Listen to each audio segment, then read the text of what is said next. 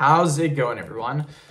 So in this video, I'm going to talk about how many jumping jacks a day to get a to get six-pack abs. So before I get started, please subscribe to my channel if you haven't already. I do appreciate the support, it helps my channel grow. Please follow me on Instagram, Dylanberg999. So jumping jacks isn't an exact answer or an exact science to get abs. You can't just do a certain number of jumping jacks and automatically get a six-pack. The reason being is because, yes, jumping jacks burn a lot of calories. I'm not gonna lie, it's a very intense exercise, much more intense than doing push-ups or sit-ups, because what you're doing is you're literally taking your whole body and you're jumping. That's an intense movement. If you ever notice people doing box jumps where you jump on top of a box, that's actually very, very intense, and it actually takes a big toll on your central nervous system. So it's actually not recommended to do box jumps that often because it's so intense. Just like jumping jacks are an intense movement. Just like with any type of exercise, you guys, in order to basically counter your diet, because I'm guessing a lot of you that are watching this, you want to be able to just do your jumping jacks and then eat whatever you want, right? You have to do just such a long amount of hours doing the jumping jacks. What I mean by this, let's say you don't track your diet at all. You eat whatever you want.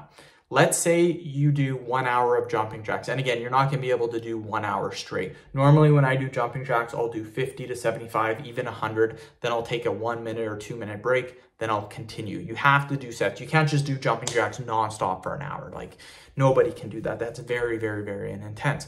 So when I normally do it for an hour, again, I'll do it about 100 jumping jacks, take a break for a minute or two, 100 jumping jacks. You probably burn about 500 calories, maybe a little bit more, about 600.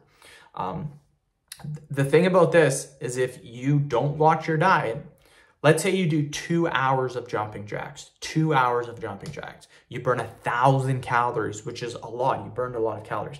Now, let's say right after doing that, a couple hours later, you had a pizza.